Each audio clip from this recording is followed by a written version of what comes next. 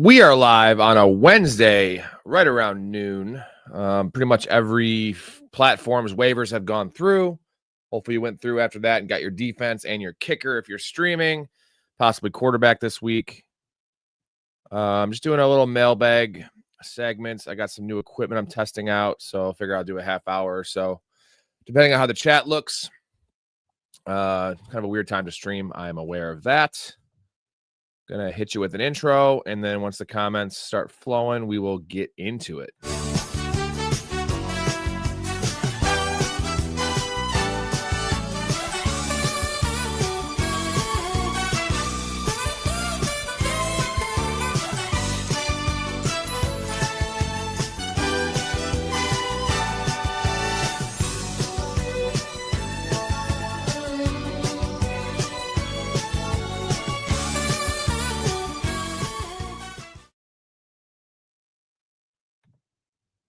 So today, you let me know what we're talking about. Could be anything, not even football related. Doesn't matter to me. Fantasy, real life, gambling. Got some early leans in the games. Looking at a couple prop bets. The lines aren't out yet for the player props, but what I like to do is kind of guess what it's going to be at, what it should be at, and what I would bet it at, and then mix those three together and then find the edges for the prop bets. A couple of guys I love this week. Mark Andrews. I'm going to bet his fantasy points. DraftKings allows you to bet his fantasy points. I'm hoping it's going to come out. It's full PPR. I'm hoping it's going to come out at like 8, and I'm going to smash that one for sure. Drake London and Nico Collins, 2 receivers I'm looking at for the prop bets. Got to see what their line is. I'm guessing they'll be in the high 60s, which is pretty money, man, for number one receivers in bounce back situations. Decent matchups as well.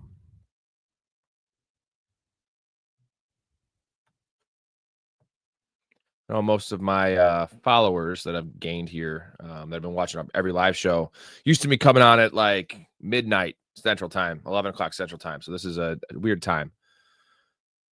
But we're going to make it work. Just going to pop in a clip here and see how the audio sounds. Very nice performance. Very nice and clean performance. Very, very, very nice. Which one of these talented entertainers who I am not attracted to at all will be the winner? I love that one. I love that Barging one. in here with these whores, like the beginning of some crude stag film, just 10 feet away from where your cat sleeps. Okay. Oh, hey, we heard all about Denise, and we just wanted to meet her. Oh, did ya? Yeah. Didn't hear about Denise. Do you have any cats? No, I didn't think so. Because if you did, you wouldn't be dressed like sluts and following home strange men to pound mangria. Again, if you joined, just hop in the comment section. Let me know. It should be slow, so you're going to get everything answered at this point because it's noon on a Wednesday. Probably not a lot of options right now in the fantasy football land. I got a couple graphics that I saw on X that were pretty interesting. Let's see here. This one I love, man. Look at Tyler Warren and Tucker Kraft here. Look at those two. Look at those two monsters. Way above. You got Trey McBride as the third best here in this metric. Love that. It's okay to laugh. Yes, it is okay to laugh. Pick 2, PPR, T-Mac, Ibuka, Mason, or Javonte Williams. You have to start Mason. I know it's PPR. Mason's a must start. Javonte Williams is almost a must start, but I think I'm going to go T-Mac and Mason here. It's tough to not start Ibuka and Javonte Williams, but I think Mason will get the same workload as Javonte. Love the matchup against the Bengals. So yeah, I'm going T-Mac and Mason. Those are some good options, dude. You should probably look to maybe make a trade because that's a plethora of starters. I feel like Javonte Williams is a perfect sell high right now. If you could find the RJ Harvey owner, Marion Hampton owner, Travion Henderson owner, those teams are generally in a pinch at running back because you can't start them. I mean, if you start them, you're going to be getting 6 points, maybe less from RJ Harvey. So you could flip Javonte Williams into one of those rookie running backs.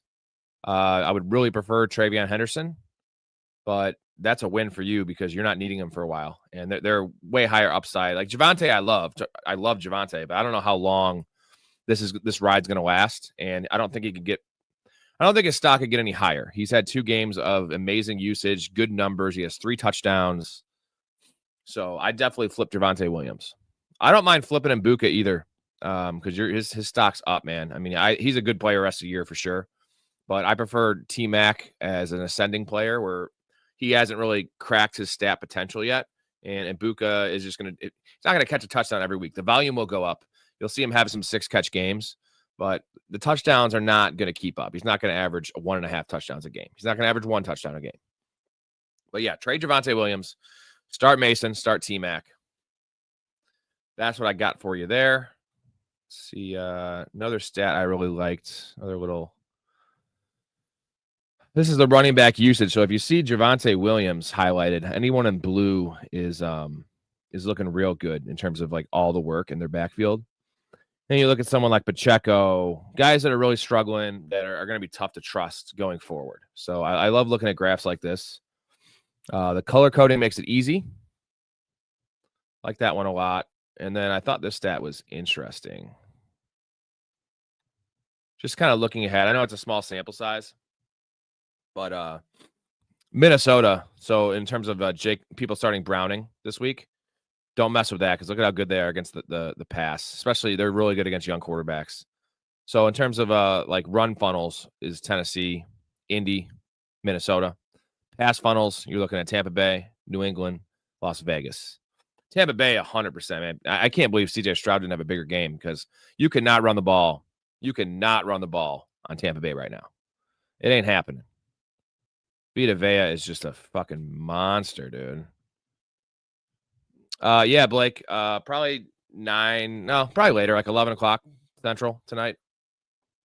I'll figure out something to do. I just got some new equipment. I got my internet like updated, so seeing how the new speed is seems good. So I'm not doing anything. I'm going to the grocery store in like a half hour. So just sitting there by myself. I did get to hang out with the cable guy for an hour today. That was pretty cool. It was not Jim Carrey, unfortunately. Really, really, really wish it was. We got BG says, do you think the Colts will collapse?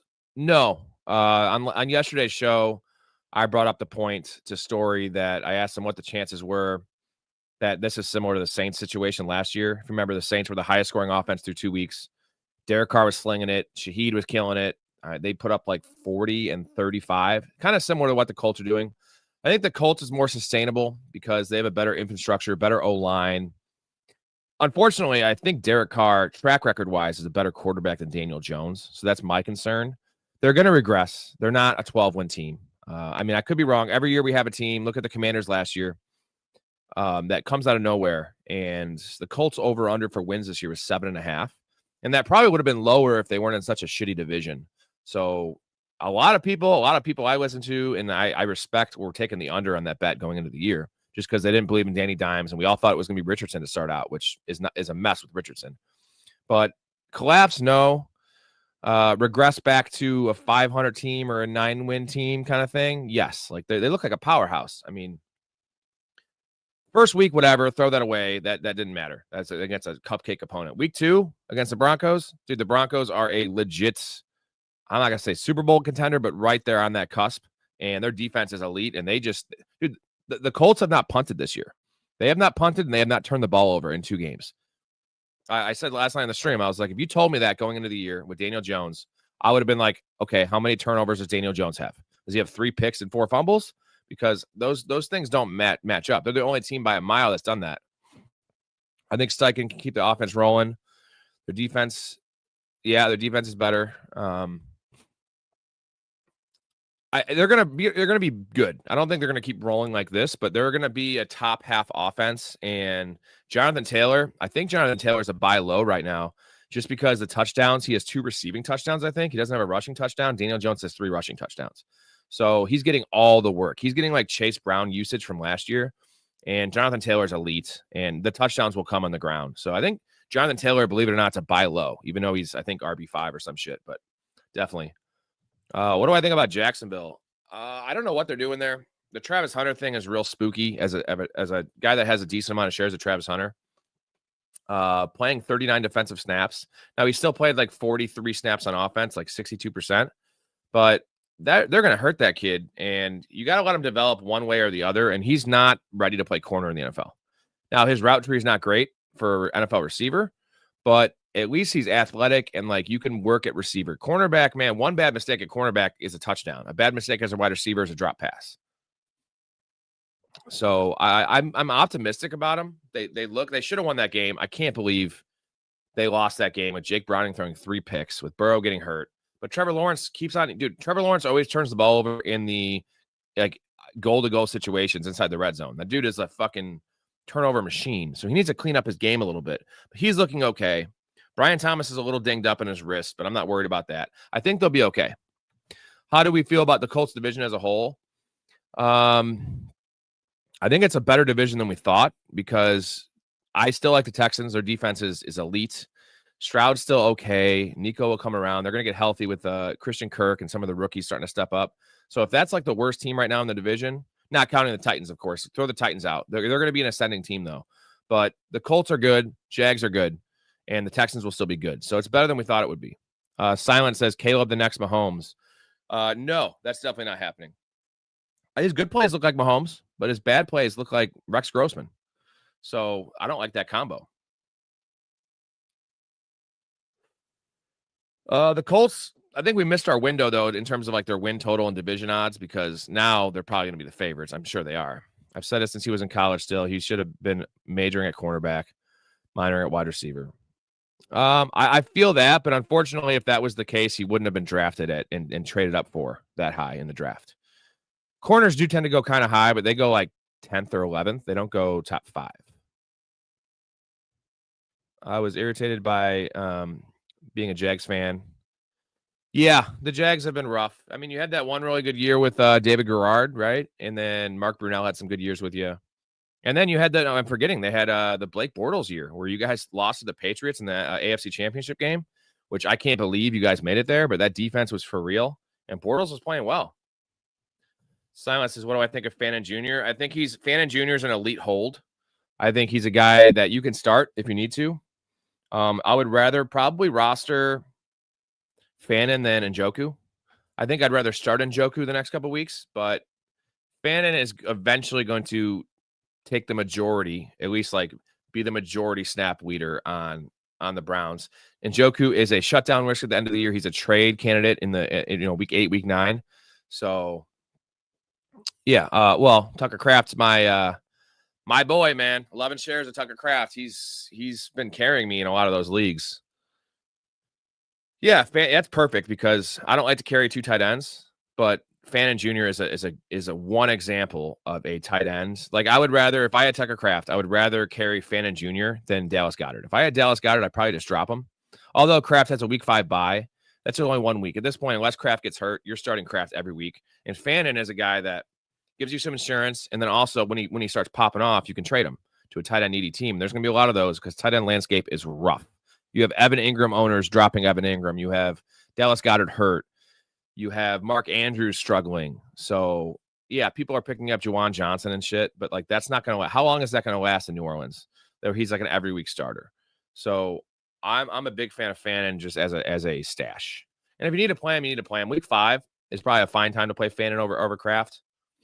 But Tucker Kraft's looking – I mean, I know he's tight end 1 on the year, but let's not go too crazy. He's definitely going to be a top 5 tight end this year.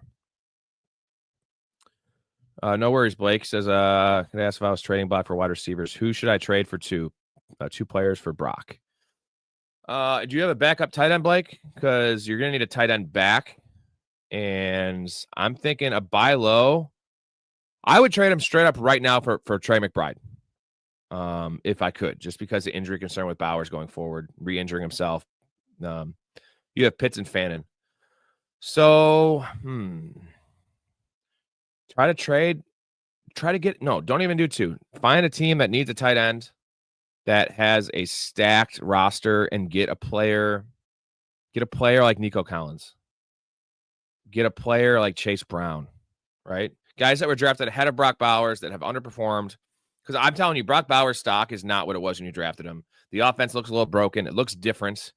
It's almost worse that they have Geno because Geno's a better quarterback. Hasn't played amazing, but last year, all of his numbers were paired to garbage time, with no other weapons around him and a quarterback that just checked it down to him. So, and the thing is, if you're not getting the elite talent, Brock Bowers looks 80% of himself at best. So I would do Brock straight up for Nico in a heartbeat. Maybe you can shoot even higher than Nico. I just personally love Nico, and I think he's a buy low. But someone of that caliber, right? You don't want to get like a player like Jamison Williams. Like we were looking at guys that were drafted in the first or second round, guys that were drafted ahead of Brock Bowers. And you just do a 1-for-1, man. Whatever position you think you need the most, that's what you rock.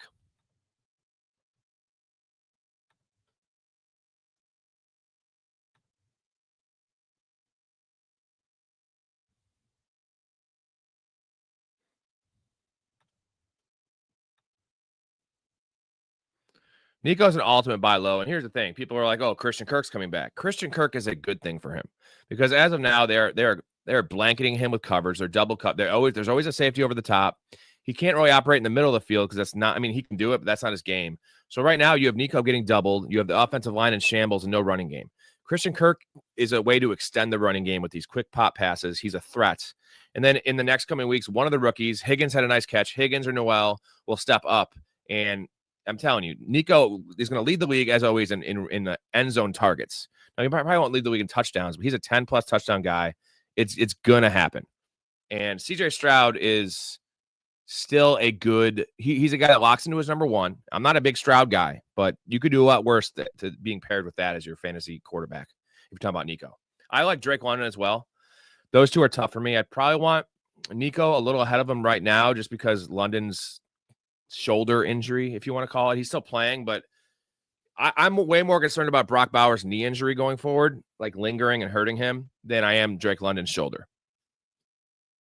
Because CeeDee Lamb had something similar. It was worse. It was an AC joint last year, and he played through it until the team was eliminated, essentially. And Drake London seems a lot more minor than that one. So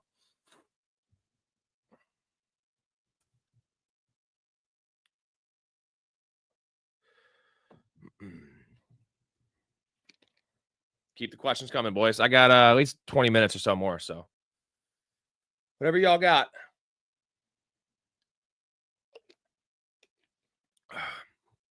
Silent Stack says, should we be concerned about JJ, as in Justin Jefferson, because of McCarthy? Well, no. Now you should be optimistic because JJ McCarthy's bad. He cannot drive the ball into tight windows. He has bad pocket presence. He's not aggressive. Carson Wentz, what do we know about Carson Wentz? Was once an MVP candidate. Granted, that's when he was 25. Now he's 32. Carson Wentz is a gunslinger. I like him better with Carson Wentz. We'll see how he looks, but Carson Wentz is not 40, dude. He's not Kirk Cousins. He's 32. As long as he has his arm strength still and he has decent mobility, this is Carson Wentz's chance. You're also going to get Addison back, which is again, that's going to be a positive for Justin Jefferson because currently, as it's constructed right now, you had a washed Aaron Jones, you had Jalen Naylor, and you have a terrible TJ Hawkinson. So and you had a conservative broken offense with essentially a rookie quarterback. Now you're putting in Carson Wentz for three or 4 weeks. He can play free and easy because A, he's got Kevin O'Connell calling plays. B, you have no risk of losing your job because McCarthy's out for 4 weeks at least. So I think Jefferson his stock is up right now. And I think Wentz could keep this job all year. Kevin, the Vikings are in win now mode, and it just appears to me that JJ McCarthy's not ready. Now, the injury is the perfect. You couldn't bench him because that will kill a young quarterback's confidence, right? But the injury, and I'm not saying he's not injured. I think he's injured, but I think they're playing it safe and saying, you know what, we're going to put you on IR, JJ, and we're going to let Carson Wentz play. If they're 3-1 under Carson Wentz, and Carson Wentz is looking good, like not quite what he was with the Eagles, let's say he's just looking serviceable, like Danny Dimes, he's keeping this job. Because if they're winning, they got lucky to win that Bears game, and they got smoked against the Falcons. That score should have been much different. So Carson Wentz is keeping this job. That's just my take. Blake says, I feel Golden's going to start popping soon, maybe this week. Yeah, well, he had two weeks in a row where he had he was pretty open on a deep pass and either overthrown or broken up. But I'm not going to trust it because, I mean, you can't start him. Like Wicks is playing over him. Dubs is playing over him. Kraft is like their number one. They're going to give a lot of carries to Jacobs. And it's not exactly a great matchup. Browns have a pretty solid D. I got to see what the snap share is now that we know that officially they have a game plan with Jaden Reed being out for 8 weeks. So if they come out and he's playing in 2 wide receiver sets and Golden is leading or tied with Dubs for the snap share lead at like 75%, then I'll buy into Golden in the coming weeks. But as of now, you can't do anything with him. You can't trade him. You can't drop him. You just got to hold him. It sucks because a lot of us drafted him in the 7th and 8th round, 9th round, maybe at latest. We got fooled. I mean, LaFleur lied to us. They all lied to us. They're never going to have a normal wide receiver rotation and an alpha and a guy that's going to play 80% of the snaps. It's always going to be hockey lines. It's always going to be 4 or 5 guys rotating in and out. The only constants in that offense that I trust is Jordan Love as a streaming option at quarterback. Obviously, the defense, team defense, but it's mostly Kraft and Josh Jacobs. Those guys are must starts. Everyone else is in a pinch. You can get some points from them, but they're going to be inconsistent because we don't know the usage. Not to mention how many points do they really have to put up when their defense is allowing fucking 12 points a game. I can believe they sold Sam just because of track record history. And Kevin O'Connell, I'm sure that guy has some kind of ego because he should have an ego because he's probably the best quarterback whisperer in the league besides like Andy Reid. And he did it. He resurrected Sam Darnold. So they drafted J.J. McCarthy so high. They overdrafted J.J. McCarthy. But at that point, you made your bed there, and you have to roll with the kid. You can't let him sit. Not everyone can pull off the Jordan Love situation like the Packers did. J.J. McCarthy had to play this year. I like the fact they had Carson Wentz, though, and I'm actually optimistic on Wentz. Not so much for a fantasy starter, but for the ancillary weapons. He's going to make them relevant again. What are your thoughts on Hampton, Henderson, and Harvey? Will they be top 15 at any point? Well, I actually just made a new nickname for Hampton. And if you've been watching the channel before, I hate Hampton. I hated him coming out of the draft. I thought he was overdrafted. I didn't like his game. I think he's a bouncer. And we are calling him on the channel now the Bouncer.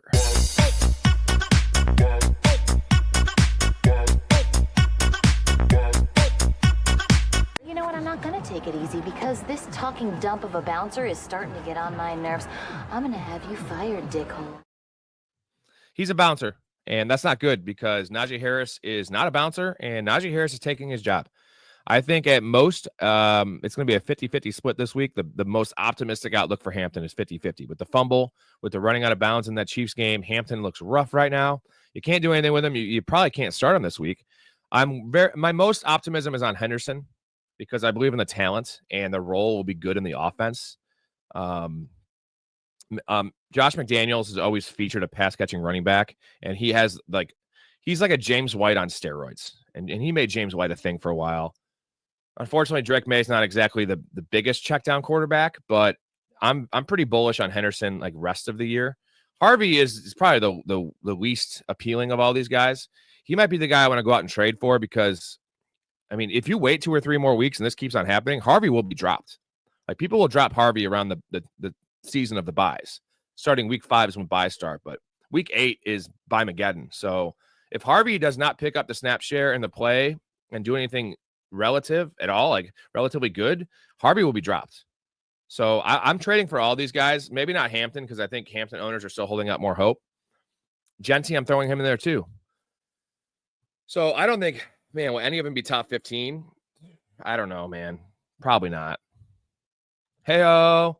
Yeah, I just got a new internet connection. I had the cable guy come this morning, so I'm just testing out some of the new equipment. Seems pretty good. So if thank you for calling me the GOAT. If Josh Dobbs can have moments with the Vikings, Wentz will be fine. Yeah, well, Josh Dobbs is the greatest backup of all time. He's similar to like Nick Foles. Like he's great in a backup capacity. You bring him in, you sign him 3 days before a Sunday. He gets in the game and he dominates and wins the game. If he's the starter prepping all week, Josh Dobbs throws like 4 picks. Action, no. That's the dumbest thing I hate in football. They credit the quarterback with a fumble, but we all know we watched that play. That was not on Justin Herbert. That was on Hampton. I don't care what the stats say. The coaches know it was on Hampton. So he says, Sav says all it takes is one Mondre fumble. I don't know if you watched the game. Again, this is why you're watching the show right here because I watch all the games back. TreVeyon Henderson had 4 or 5 holding penalties. I know it was 3. He had 3 in a 2-drive stretch holding penalties, and he was sold as this great pass protector. And I think he might still be good as a pass protector, but it's different pass protecting in the Big Ten than it is in the fucking NFL. So Mike Vrabel is not going to stand for holding penalties. Now he's not going to stand for fumbles either. And we know that Henderson never fumbles or hasn't in college. Still, it's a long road up to be like the starter for Travion Henderson. What I like about Henderson over the other guys, Harvey and Hampton, I believe in Henderson's talent more dynamic. He has a path to, he can do it on 50% of the workload, right? He could be a fantasy relevant player. Hampton will never be relevant in that offense with 50% snap share. Harvey, I don't think is a dynamic of a player. I think he was overdrafted.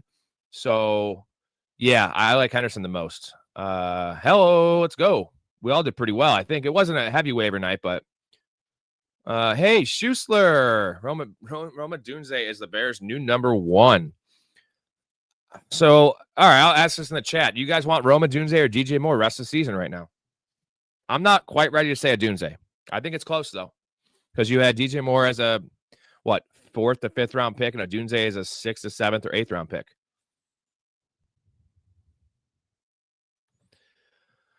Blake says, you said it the other day, it's worrying that Gibson gets some clock over Henderson. Yeah, and it wasn't just some clock. There was 2 different red zone plays that after Stevenson went out, they gave it to Gibson. Like, they gave him the snaps and they gave him a carry. So that's a problem, man. But again, I'm still the most bullish on Henderson. That's wild. It was in Hampton's hands. He was just scared. Hampton's not great. That's exactly what we're talking about, Jeff. I don't think he's going to lose it, but he's still going to be playing. The roles will be reversed. And it was always going to be a closer split than people would like to admit, because Najee Harris had no work in the preseason, wasn't in camp, has one eye. And I don't know how he wasn't really in shape, but like still getting acclimated takes a little bit of time. So if that fireworks thing never happened, I think it was going to be a 60-40 in favor of Hampton to start the year. Now it's looking like it's a 60-40 right now, Najee being the leader. We got 1 for DJ Moore, 1 for Rome. Sap says it's tough. I believe in Rome more at this point of their careers. Moore could be moved, I think. They have to start using DJ Moore in a little more creative way, because Rome is just an outside receiver. He can play slot, but Rome's a bigger guy. He's an X receiver. DJ Moore can play it all, man. Not the best X receiver because of size. You can line up DJ Moore in the backfield. I think they had to start doing that more, because they get nothing from the ancillary pieces behind Swift. You're not getting much out of Swift. So let's be creative and use the Amon-Ra St. Brown role. Let's give it to our boy DJ Moore, because I love DJ Moore. Blake says all it takes for Travion to get one big play, and he's back in high hopes. This should be we have it every year, but this should be a warning to preseason like hype, because we all saw Henderson's first touch in the NFL, a 100-yard kick return. That was electric. We've seen him play. He played well in the preseason. I'm not saying ignore all that, but it shouldn't be changing a guy's draft stock by 2 rounds, because we never know usage until we see it for the real in real life, right? God, my allergies are fucking killing me. This sucks. Rome and Caleb have been working together all offseason. Yeah, I guess I missed that one. I don't have much of either. I don't have much Bears at all. And outside of best ball, I have probably Caleb as my most owned Bears player as a backup. Still not really into the Bears. Can't fumble the ball in the NFL. Damn straight you can't. You also can't get called for holding, though, Travion. I really need your help in some start sits. First one, Breece Hall or Ibuka. It's Ibuka. We don't. Is Fields officially out yet? We don't know that. I don't think he's out yet. Apparently, Rome is a better route runner than Moore right now. I still got to see more of it, though. I got to see more of it. Right now, I'm going to rank them back to back. And if I had to choose, I'm probably choosing Rome right now. But Swift season, assuming I believe Hampton could be a top 10 running back later this season, would sending Hampton and Goddard for Olave and McBride make sense? I would rather have Olave and McBride like in a heartbeat. Goddard's hurt right now. Hampton, you can't start. So you send Hampton and Goddard, or you want Hampton and Goddard? I want Olave and McBride. Olave is a buy low. Olave has 23 targets in 2 games, man. Like, he's not going to score a lot of touchdowns, but this is PPR. Olave is still a wide receiver 3, and Trey McBride is probably the tight end 1 right now with what's going on with Bauer's knee. I mean, actually, the real tight end 1 is Tucker Kraft. We all know that, but in reality, McBride. My running back 2 is JC. I'm not comfortable. So you're saying you want to trade? Who are you trying to get? You're trying to get Hampton? Because I don't like that trade. I'm not trading for Hampton. Damn, that's official. Justin Fields is out, huh? I got to make some changes here. Well, that's the thing, is a lot of these channels, A couple of guys I watch now. I just watch because they're hilarious. They're telling you to draft like all 3 rookies, and like that's just not good business. Like telling you to take Ashton Genty over Derrick Henry. Fuck that. Stupid. Telling you to take Hampton and Travion Henderson over James Cook. Like that's fucking silly, dude. Okay, thanks for the update. I had not looked at Roto World for like an hour. So NFL, a lot of shit happens. That sucks. Does Fields being out help or hurt Brees? It probably helps him because Tyrod Taylor is more likely to check the ball down, and that's the only way he can be relevant this week because the Bucs have the best run D in the NFL. Even without Kalijah Kancey, who's out for the year, it doesn't matter. Vita Vea is there. They have a great system to stop the run. So Garrett Wilson had a rough week. Do I keep him? Yeah, I mean you keep him. You probably start him this week. I'm not worried. Like they're going to throw the ball more than they would like to against Tampa Bay. I like Chris Olave. I'm trading for Chris Olave, not trading Chris Olave. JCM is still a question mark. He said the situation is great, but we'll get any receiving work. He doesn't really comp as like a pass catcher. I would say he's like an Isaiah Pacheco level pass catcher with a little bit more juice after the catch. So he's not going to be out there running routes, wheel routes and shit, but he'll get some checkdowns. He's a question mark, but he is an X factor that only has upside, right? Unless Chris Rodriguez comes in and takes 50% of the snaps, he's fine, which it could happen. Should I trade away Olave and receive Henderson? That's pretty fair right now. If you can get by a few weeks with Henderson as your RB2, or if you have Javonte Williams or even like a Nick Chubb that you feel more comfortable with starting in the meantime, because it's going to take a few weeks for Henderson. Where's Sutton over in Denver? He had a good week 1. That's actually another number I'm looking to bet this week when the lines come out for a receiving number. I think I'm going to look into bet on Cortland Sutton this week. They're against the Chargers. I'm guessing his number will be like 56 and a half yards. Usually he bounces back pretty, and they didn't target him at all, and they lost the game. So he had 4 targets. He did have two red zone targets in that game, though. How about Danny Dimes? I'm still not buying it, but it's impressive, man. That's just a reflection of the coaching staff and the team around him right now, and that just shows how bad Anthony Richardson is. Like they were a bottom 8 offense with that same exact roster, and now they're a top 4 offense. Just got offered JCM for Fields. Only other quarterback is Herbert. Probably, man. If you need a running back, I mean, I'm super high on Fields, but if he's out this week already. Blake says McNichols is going to get some work over Chris Rodriguez, I think. Yeah. McNichols is definitely the third down back. So the concern for JCM, what matters for JCM is how much Chris Rodriguez is going to play. Because if it's going to be a 33, 33, 33, just for an example, split, third, that's terrible for JCM. Because JCM would just be getting the in-between the 20s work, which is empty calories. We don't want those stats. We want the goal line work, and we want some receptions. Sutton, definitely a bounce back. Love that. Olave and Henderson would both be my bench. Yeah, I'd have Henderson over Olave if they're on your bench, because Olave doesn't really have elite upside. He's more of a floor play. He's going to be steady for you. You can pencil him in for 12 to 14 points, but if he's a Henderson on your bench, I love. What are your thoughts on Chase Brown rest of the season with Burrow injury? I think nothing changes for Chase Brown. If anything, he gets more touches. Now, he probably has less touchdown upside, but Jake Browning's fine, dude. Super aggressive. He's fine. I like Chase Brown. I think Chase Brown's a perfect buy low because you have the combination of him struggling to start the year, and you have the combination of people worried about Burrow being hurt. So I'm worried about T. Higgins. I'm not worried about Chase. I'm not worried about Chase Brown or Jamar Chase. I'm a little worried about T. Higgins. Rodriguez would be an actual good goal line back. Yeah, they like Chris Rodriguez there. A little weird that they didn't dress him. He was inactive the first 2 weeks. So I don't know if you want to read into that too much, but I think he's the dude. Should I trade away Pacheco and Harvey for Hampton? I mean, that is probably one of the shittiest trades that you'd ever see. Right? Like, that is such a shitty trade. And give me 1 second. This is bad. We got to definitely write a song about how we do not diddle kids. Do not diddle kids. It's no good diddling kids. There is no quicker way for people to think that you are diddling kids than by writing a song. I think you probably should because you're getting 2 for 1. But that's trading pretty low on Hampton because Harvey, I'm more worried about Harvey. And Pacheco just looks like a dead man walking right now with a 2-way committee, almost a 3-way committee. Brashard Smith is going to come in at some point and take that Jerick McKinnon role. So If it's a deep league, I say yes, because I'd rather have the 2-for-1 in a deep league, like 12 teams, 3 receivers, and a flex. 10-team league, I'm keeping Hampton. Team Money, how you doing? Brock Purdy's still injured. Hope he returns soon. Brock Purdy is probably going to be out the next 2 weeks at least. So, I'd be receiving Hampton. Is it a 12-team league or what is it? Just a standard 12-teamer?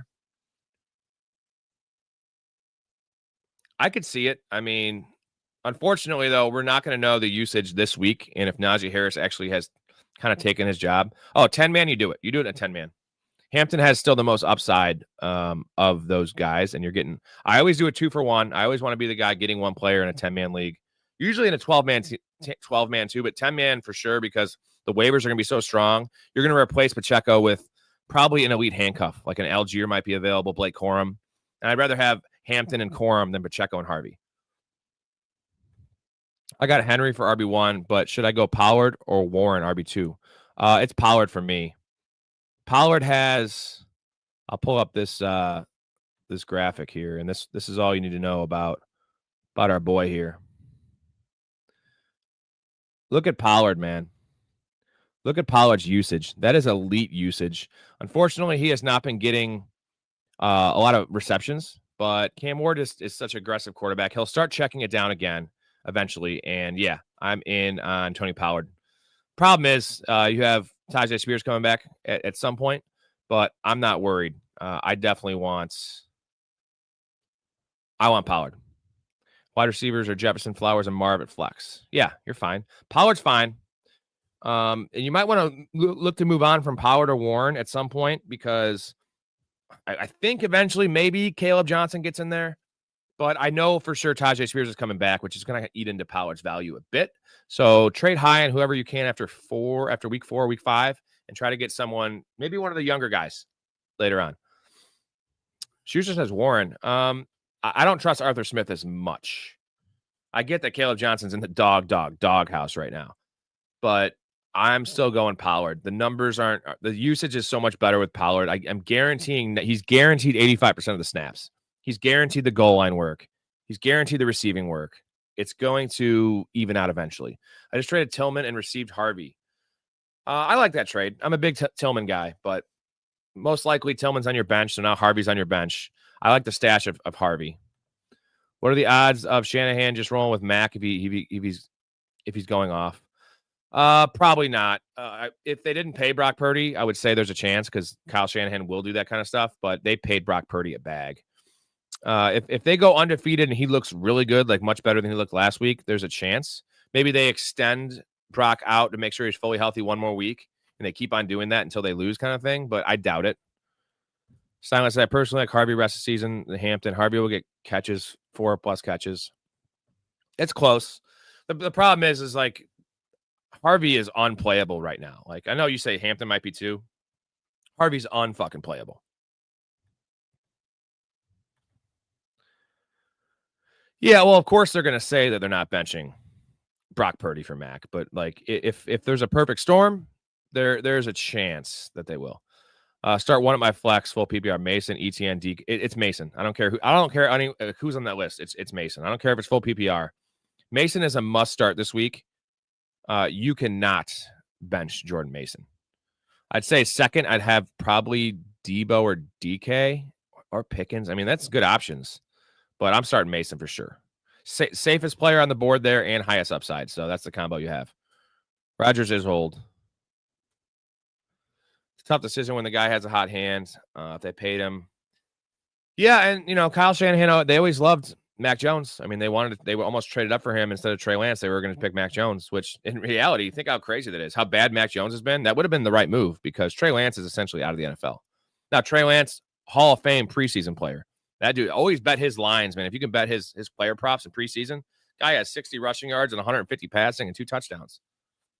Sab says Mason is live for 30 touches. Yeah, I'd say his worst case scenario this week is 18 touches with bad game script, all that. I think best case is 28 to 30 touches. And he's not a slouch as a receiver, man. He's not elite, but he can get you 3 or 4 grabs. Javonte, Etienne, or Debo half PPR. I'm pretty sure it's Javonte, bro, against the Bears. I don't know if you can. I think Javonte, I'm trying to think where I would have him ranked this week against the Bears. It'd probably be top 18 in terms of running backs.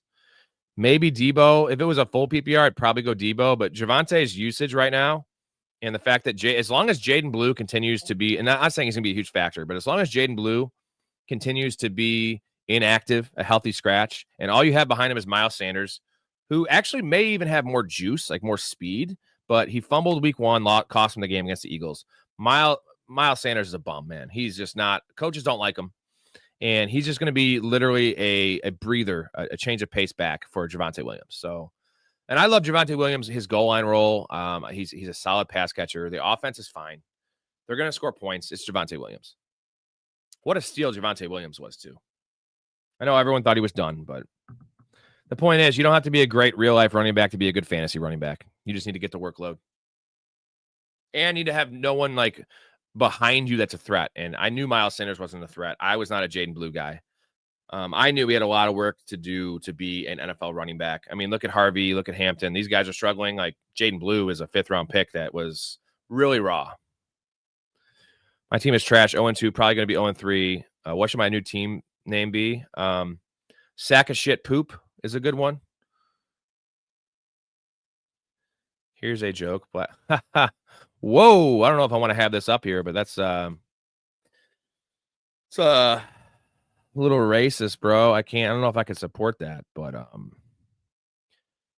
yeah, I don't know. It's interesting. Absolutely. I'm always looking for Jack Doyle.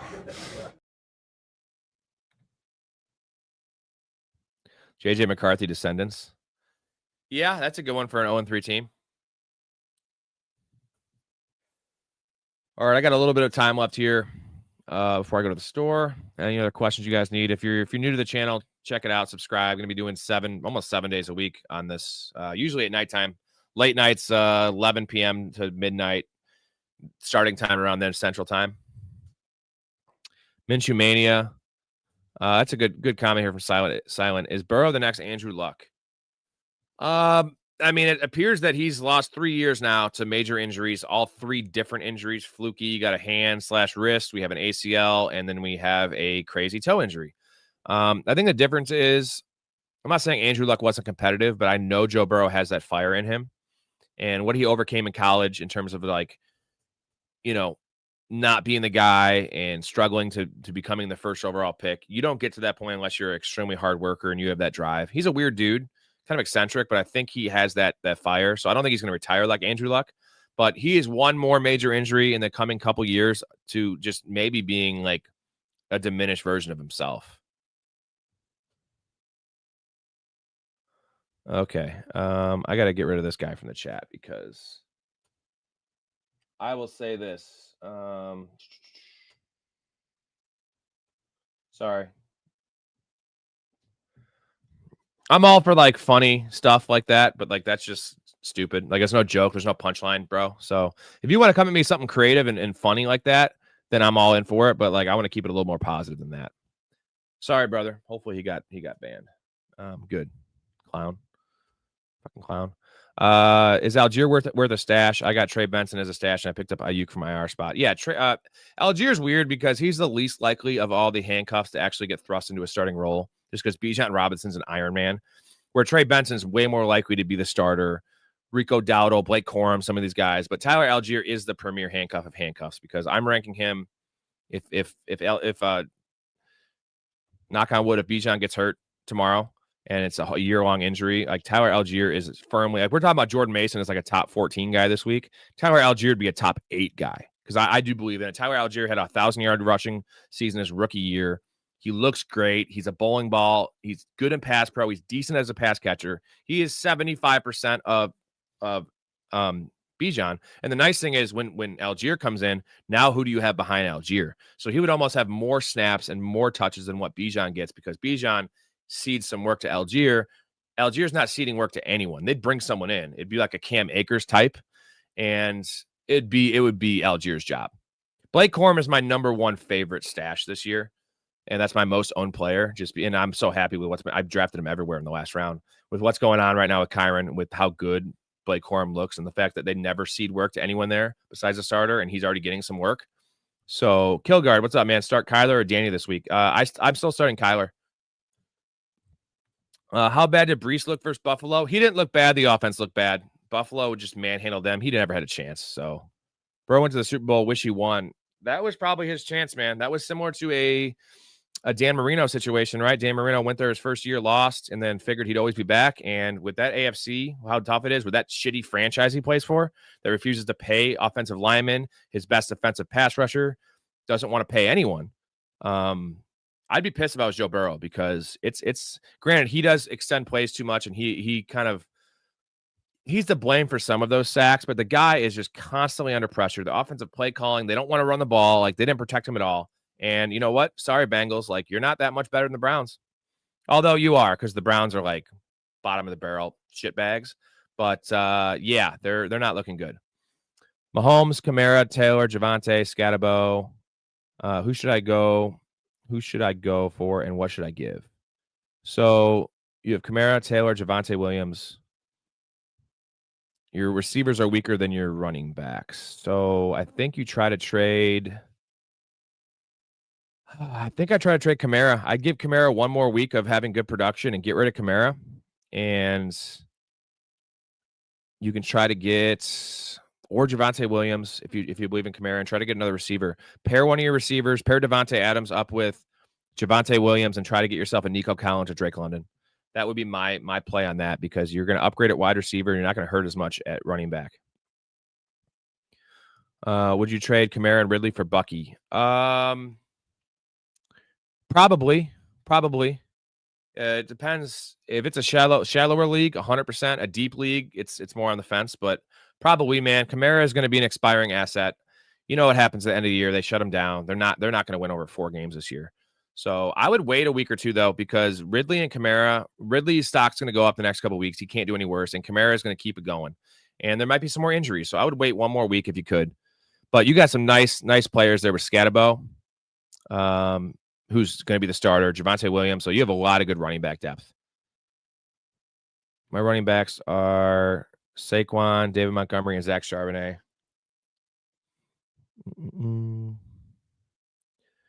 Montgomery's fine. I'm not too bullish on him, though. What are your thoughts on Sharp and Kenny Walker in the backfield? It's going to be it's hard week to week, but I will tell you this much. Kenneth Walker has yet to lead that team in running back snaps, and he is a tiny dancer, Kenneth Walker.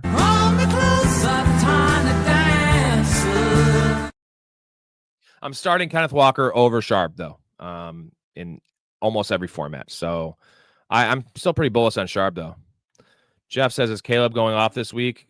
He better. I think it's more we got to watch what that defense does, because that's rough. Vegas thinks so. They were at third implied team total. Are you talking about the Bears? Third implied team total? That's insane. Russell Wilson went for 450 last week versus the Cowboys. Yeah, after going for 90 yards against the Commanders, which don't have exactly elite defense. That's the quote right there, Blake. They should have let T. Higgins walk. The thing is, Joe Burrow was. Sometimes you got to tell your quarterback stop being such a moron, because Joe Burrow was lobbying to sign T. Higgins, and there's only so much money. Joe Burrow makes a fucking bunch of money, right? One of the highest paid quarterbacks in the league, rightfully so.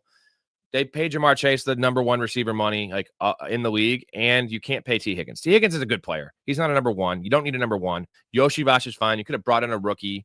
You could have brought in a defensive end, not drafted Shamar Stewart, and drafted a receiver. You could have gotten Ibuka or, one of those guys. Not Matthew Golden, hopefully. Hey, Brad, would you trade Amon-Ra and Fields for Jamar and Kyler? Oof.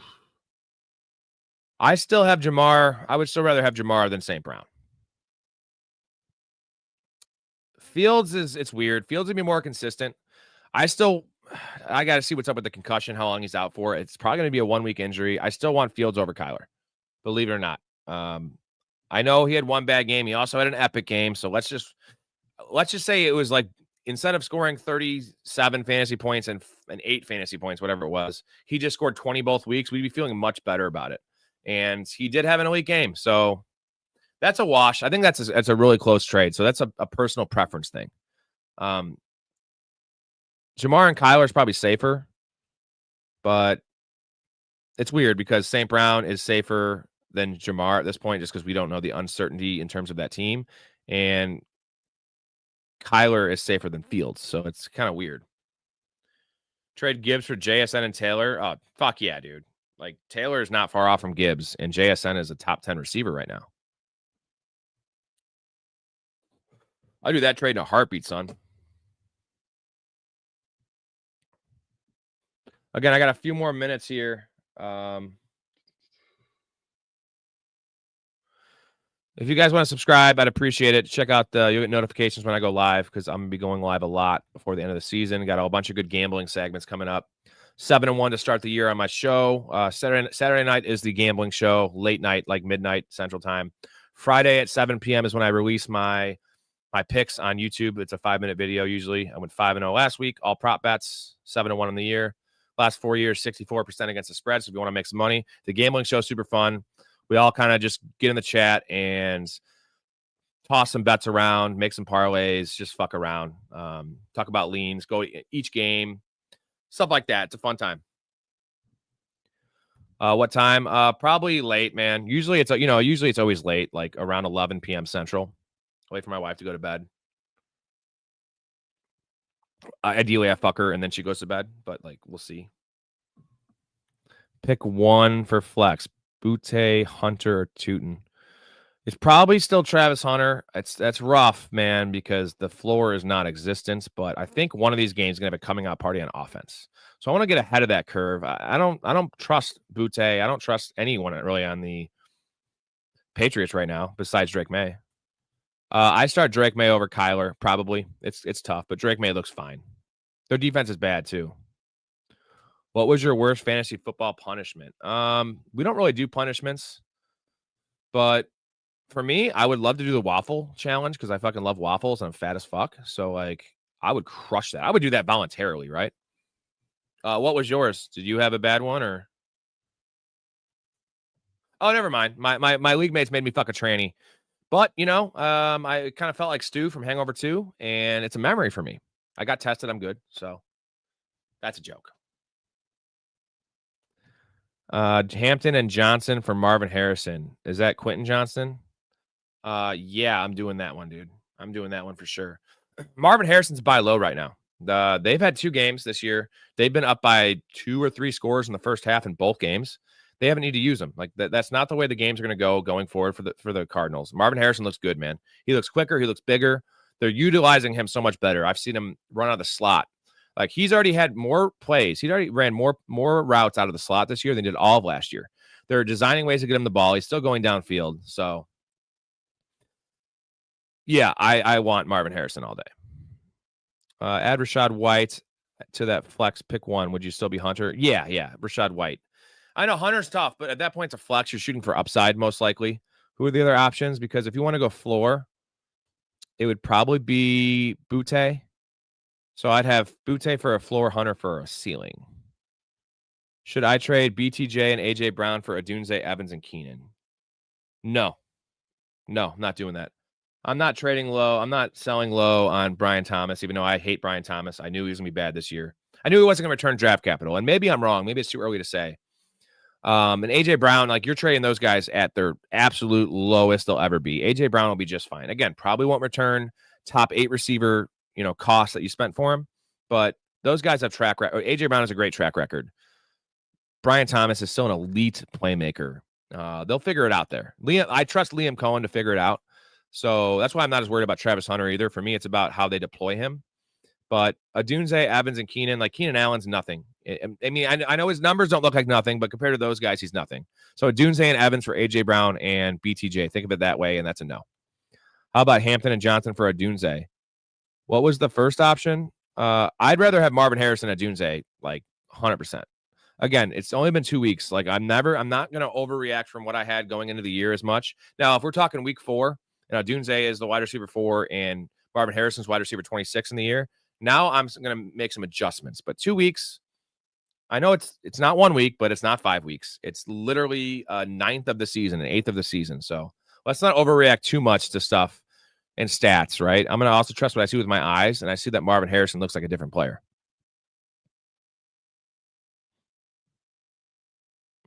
Well, everyone loved Brian Thomas this year, and the thing is that people didn't realize is that was all with Mac Jones. It was not good with Trevor Lawrence. Trevor Lawrence is inaccurate down the field. He doesn't trust his eyes. Like, he doesn't. Brian Thomas also isn't a technician, so like he's not throwing Brian Thomas open, and that's a problem because Brian Thomas is not. He's an athletic freak, but he's not a polished receiver. He's not Justin Jefferson out there. So he'll be fine long term, but it's not going to return where you drafted. Who can I target for Connor? I need a wide receiver. The Chris Olave types, right? Jameson Williams. That DJ Moore would be a good buy low. If you can afford to get rid of the running back, that tier of receivers. Black Cast is my team. It's Lamar, Walker, Monty, CD, Zay, Ladd, Travis Kelce. Should I upgrade at running back? I'm 2-0. Walker, Monty, who are your bench guys again? RJ Harvey, Jutkins. Yeah, you should probably try to buy low on a Genty. I think you could buy low on a Genty there. You don't want to trade Ladd. His stock is too low right now to trade. So you could probably pair Montgomery and Ibuka. I think Montgomery and Ibuka and try to get Genty. I think that's a fair trade. I think both teams are happy, and you're buying low on Genty. Should I trade Kittle for Mason? My other RBs are Genty and Brown. I have Tyler Warren. Oh, fuck yeah, you do that, dude. Now, you got to be prepared to the fact that Mason might only be this top 15 weekly play the next 5 weeks, but I was out on Aaron Jones coming into the year. Watching the first 2 games, I'm even more out on Aaron Jones. Now he has a hamstring injury, Mr. Hamstring. So I don't think there's a way that Mason loses this job. He already kind of had the starting job. He was getting more snaps than Aaron Jones, and that was in bad game scripts for the most part. Like the Bears game, they were losing the whole time, and he was still playing more. So yes, and I think that's fair because you still have 3 more weeks minimum of Kittle being out. Is Nick Chubb worth picking up? If you need to start now, yes. Nick Chubb is not really a great stash because I doubt his. I still above the belief Joe Mixon does not play football this year. It doesn't matter. They like Woody Marks.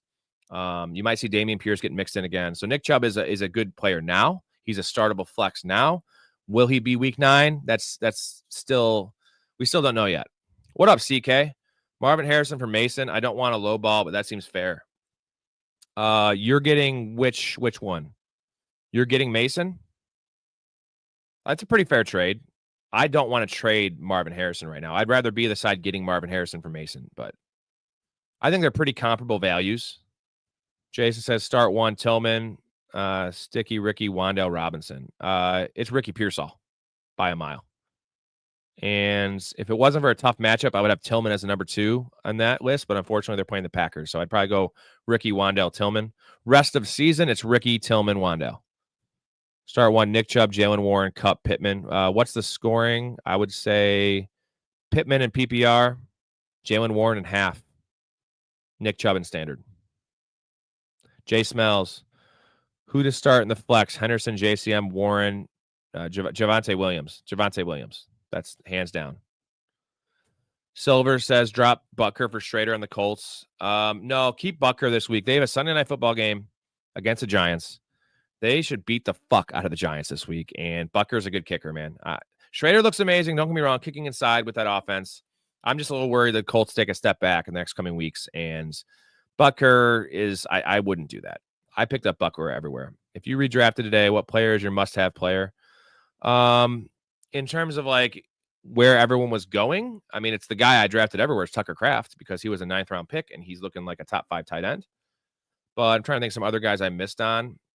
I could more think of guys you shouldn't take, but Javonte Williams, like the guys that are winning leagues right now, at least where they were drafted, Javonte Williams, Tucker Kraft, Rome Odunze. Mark says Judkins on my IR now, so I can't make moves unless I drop someone. Can't decide who. Judy, Harvey, Coleman, Benson, Sharp, Judkins, Robinson, Quentin Johnson. Probably Quentin Johnston. I want to keep Harvey. I want to keep Keon Coleman.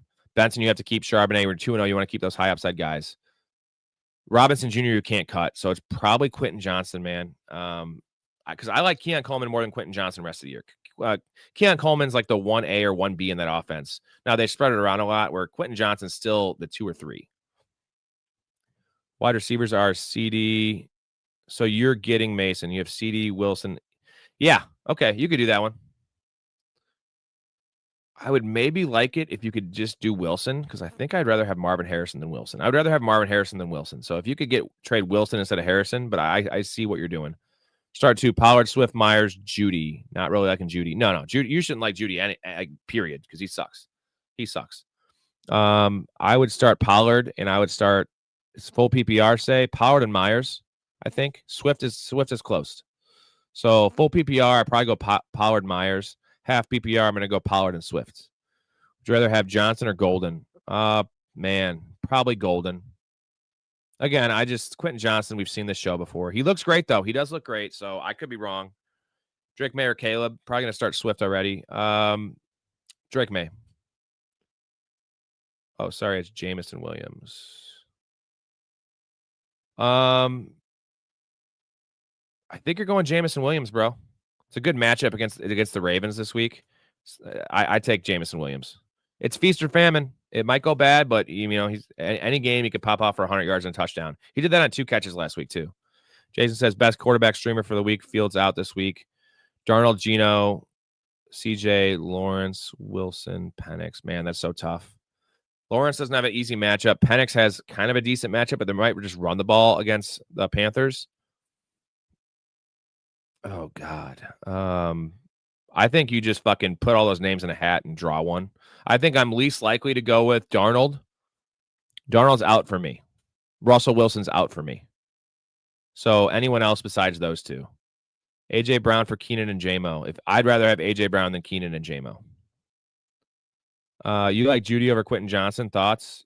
Rest of the season, yeah. I mean, you have to just because, I don't know. What we're seeing from the Chargers is not sustainable. They're not going to be they are the highest team in pass rate over expectation, which we expected going into the year. They'd be the lowest team in pass rate over expectation.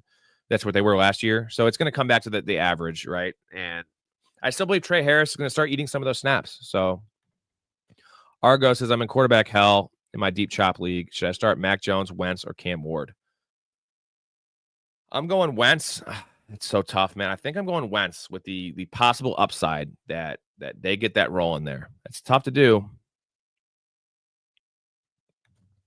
Kay says, I'd rather have OJ put behind bars. OJ's dead, man. Unfortunately, or I don't know if that's fortunately or unfortunately.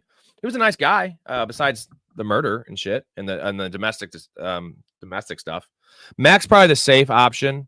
I think they're all pretty close. I could see a breakout week from Cam Ward. They're against the.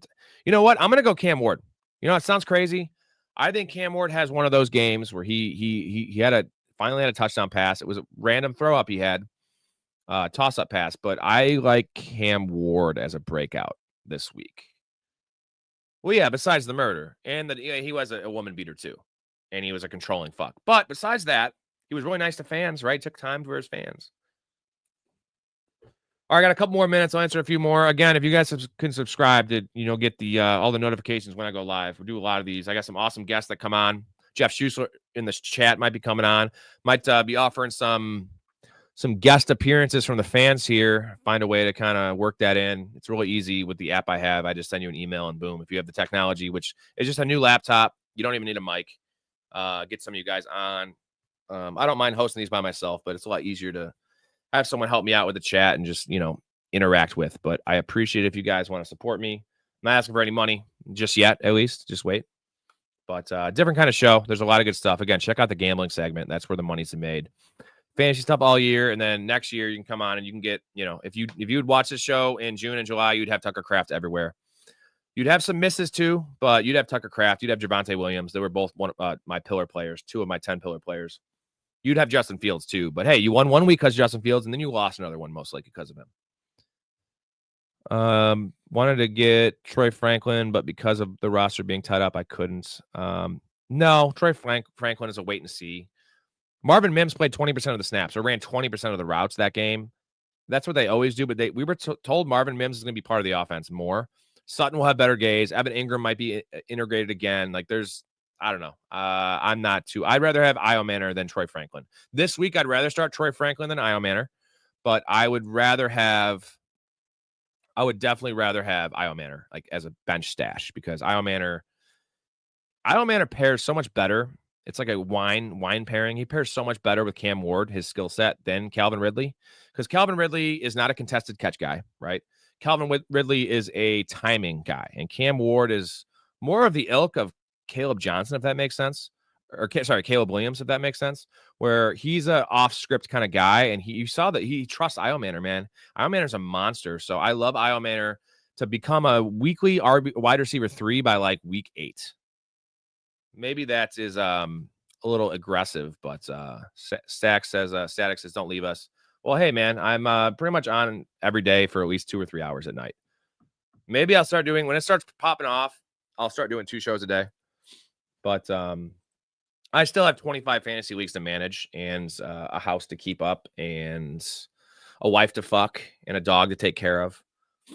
I like to masturbate, those things. So I can't just be on here the whole time. I guess I could probably include some of that in here. It'd be like an OnlyFans. Now we're talking, baby. Actually, it's a funny story. I told my wife, I was like, because she plays 9, she's in 11 fantasy leagues this year. I draft them all for her, and then we co-manage them through the year. Like she asked me for decisions for start sit like this. But I told her we should do an OnlyFans, like her OnlyFans thing.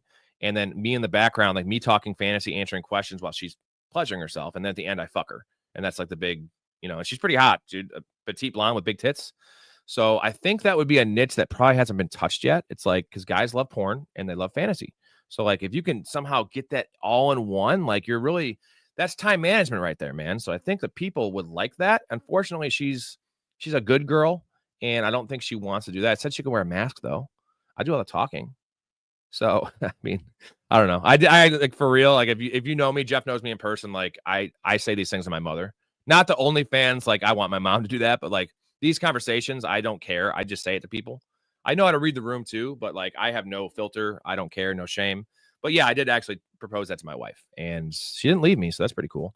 24-hour live stream. I have debated, since I can stay up for a long time, trying to break the record of the most like longest live stream, and not just like sitting here, like actually doing it. Cause I know, I think ESPN with like Matthew Berry or those clowns, they did like a 24-hour thing, but they had like 6 people like rotating in and out. I'm talking about just me, or maybe I have guests on to fill like a lot of the time, but I'm on the whole time, and I go for like 3 days. Now I'd probably need some blow, but then I'd crash. So I need something more powerful that's more sustained. I don't know. I'll figure it out. But that would be pretty good, like as a fundraiser, right? You are your wife. Am I? I don't know what that means. Oh, you and your wife, I think is what he said. What he meant.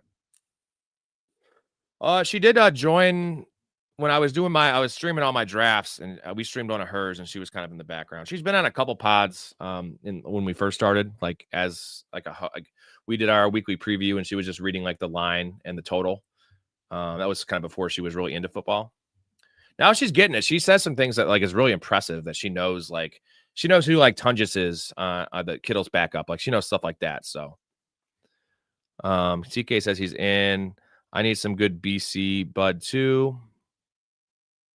BC is in birth control.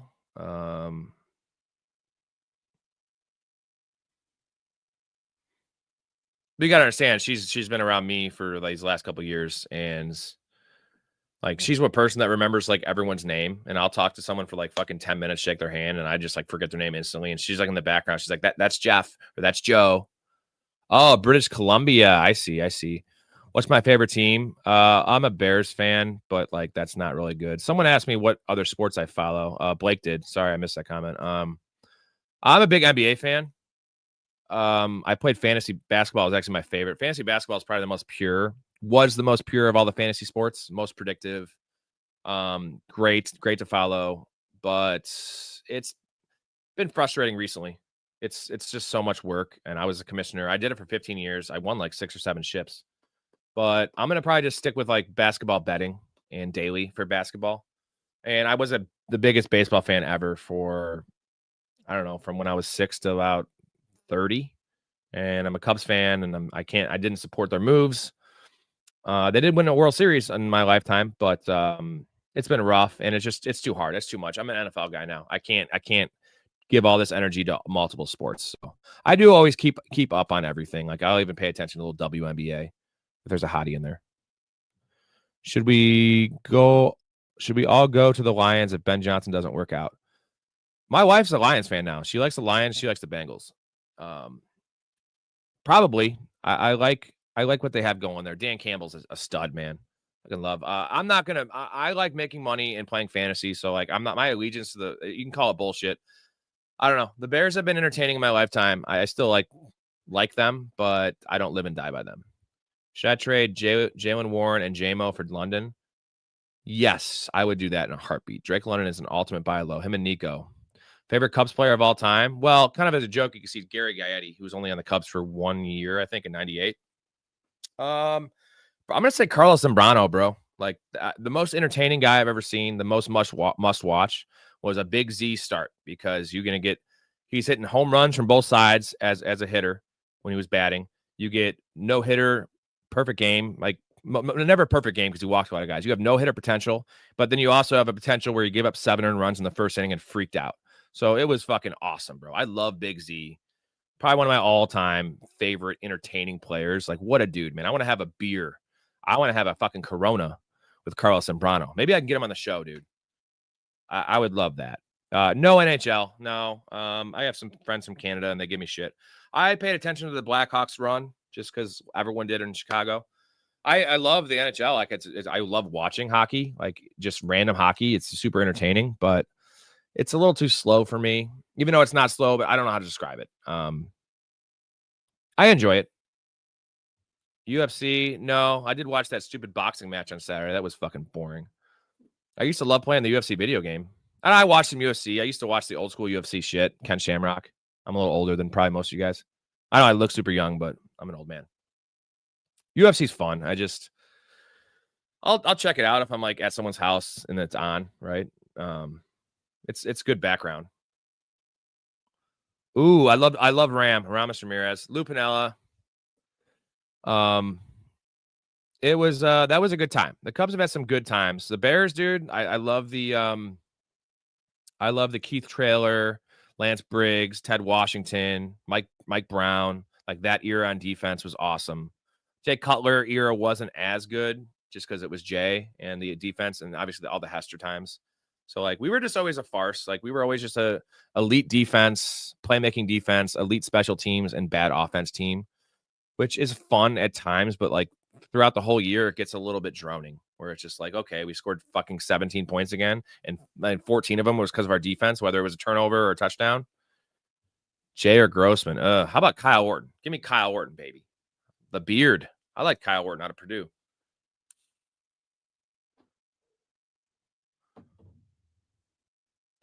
Mark says Danny Dimes the real deal. I think Danny Dimes is a professional quarterback thrust into an amazing situation with a great play caller in Steichen, with a professional offensive line, with an elite running back and 4 pretty good receivers, and the monster that is Tyler Warren. So I don't think his fantasy production will keep up because there's no way he's going to have even 12 rushing touchdowns this year. I don't think that's Jalen Hurts territory and Cam Newton territory, but he'll be a streamer. You know, I will feel confident in certain matchups starting Danny Dimes.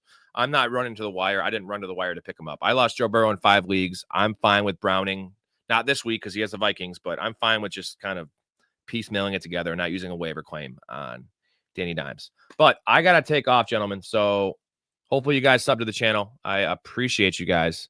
Again, tonight I will probably be on around 11 p.m. Central Time Zone. I'll probably have a guest on too. I don't know who, or I'll do it myself. Who fucking knows, dude? But I'll probably have some beers and be hanging out talking. We'll talk about maybe some gambling stuff. Appreciate you guys. God bless. Blake, who is your offensive rookie of the year prediction after 2 weeks? Man, I'll answer that last one and then I'll go. That's a tough one. Offensive rookie of the year prediction. Shit. All the running backs suck. So Travis Hunter, no, not doing much. Cam Ward, I think Cam Ward, if he showed me something that he has it, right? He has it. He's going to be inconsistent, but he has it. And there's not a lot of other options. It could be Jackson Dart if he comes in week 4 and makes some relevance. Genty doesn't look great. Not at all. Mbuka, I think Mbuka is probably the leader. So I think it's Mbuka or Warren. There we go. Definitely not Colson Loveland. Fuck you, Bears. I'm going to leave you guys on that one. Appreciate you guys. Hopefully I see you guys tonight or in the future. Stay positive, love your life, and treat each other with respect.